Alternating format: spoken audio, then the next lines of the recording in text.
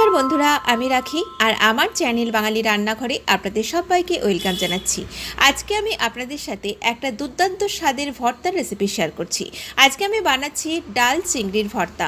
এর আগেও আমি আমার চ্যানেলে বিভিন্ন ধরনের ভর্তার রেসিপি শেয়ার করেছি, তবে আজকের রেসিপিটাও অসাধারণ খেতে হয়। আর যে কোনো ভর্তা মানে গরম ভাতের সাথে সেটা অপূর্ব খেতে লাগে। চলুন তাহলে আজকের এই রেসিপিটা আমরা দেখে নিই। আমাদের আজকের এই চিংড়ি ডাল ভর্তা বানানোর জন্য এখানে আমি ছোটো বাটির এক বাটি ডাল নিয়ে নিলাম, মুসুর ডাল। আর এখানে আমি প্রায় 150 গ্রাম মতো মুসুর ডাল নিয়েছি। এখন এই ডালটাকে বেশ কয়েকবার জল পাল্টিয়ে খুব ভালো করে ধুয়ে নেব। ডালের মধ্যে কিন্তু অনেক নোংরা থাকে, তাই ভালো করে বেশ কয়েকবার জল পাল্টিয়ে এটাকে ভালো করে ধুয়ে নিতে হবে। এখন গ্যাসে একটা কড়াই বসিয়ে দিয়েছি, এর মধ্যে আমি বেশ কিছুটা জল দিয়ে দিয়েছি। তবে জলের পরিমাণ কিন্তু খুব বেশি দিইনি, কারণ এই ডালটাকে আমাদের খুব শুকনো শুকনো করে সেদ্ধ করতে হবে। এই জলের মধ্যে আমি দিয়ে দিলাম একটা কাঁচা লঙ্কা, দিয়ে দিলাম এর মধ্যে 3 থেকে 4 কোয়া মতো রসুন, আর এই ধুয়ে রাখা মুসুর ডালটা দিয়ে দিচ্ছি। আপনারা চাইলে কিন্তু এটাকে অল্প জল দিয়ে প্রেসার কুকারেও সেদ্ধ করে নিতে পারেন, তাতে সময় অনেকটাই কম লাগবে। দিয়ে দিচ্ছি স্বাদ মতো একটু লবণ,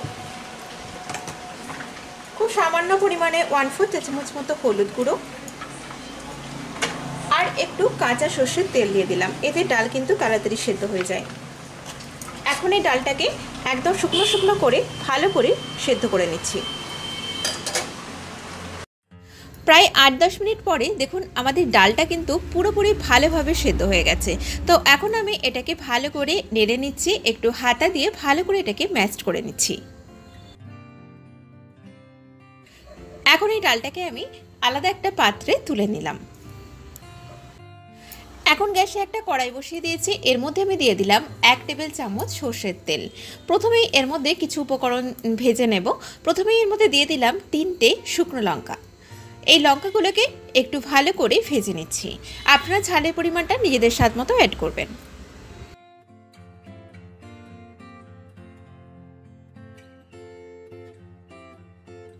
লঙ্কাগুলোকে তুলে নিয়ে এর মধ্যে আমি দিয়ে দিলাম বেশ কয়েকটা রসুন। এখানে প্রায় 7 থেকে 8 কোয়া মতো রসুন নিয়েছি।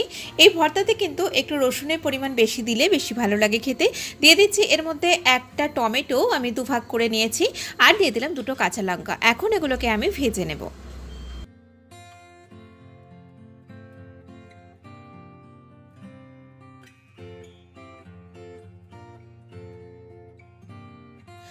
রসুন আর কাঁচা লঙ্কাগুলো আমাদের ভাজা হয়ে গেছে। এগুলোকে তুলে নিয়ে এই টমেটোটাকে একটু সময় নিয়ে ভালো করে ভেজে নিচ্ছি।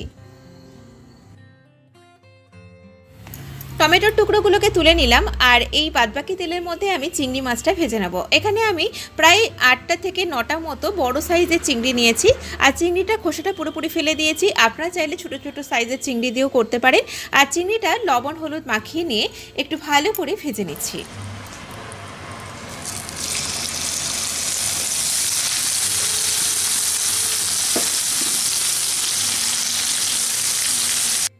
চিংড়ি মাছগুলো ভাজা হয়ে গেছে, এখন এগুলোকে আমি তুলে নিলাম।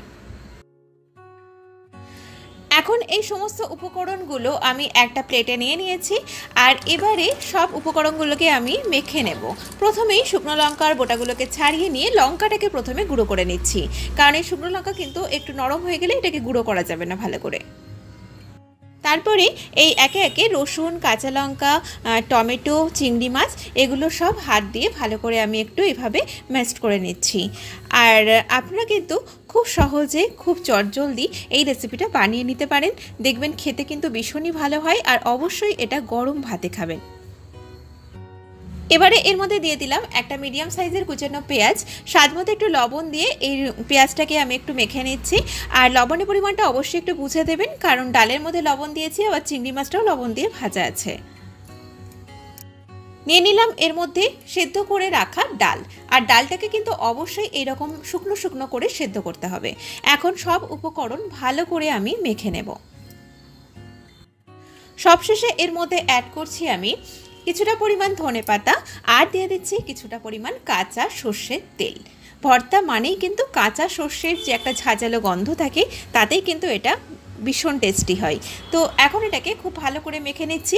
আমাদের এই ভর্তা কিন্তু পুরোপুরি রেডি হয়ে গেছে গরম ভাতে সার্ভ করার জন্য। ভিডিওটা ভালো লাগলে অবশ্যই ভিডিওটাতে লাইক, শেয়ার, কমেন্ট করবেন আর চ্যানেলটিকে সাবস্ক্রাইব করবেন। সবাই ভালো থাকবেন, সুস্থ থাকবেন। আমি আবারও হাজির হব নতুন কোনো রেসিপি নিয়ে। নমস্কার।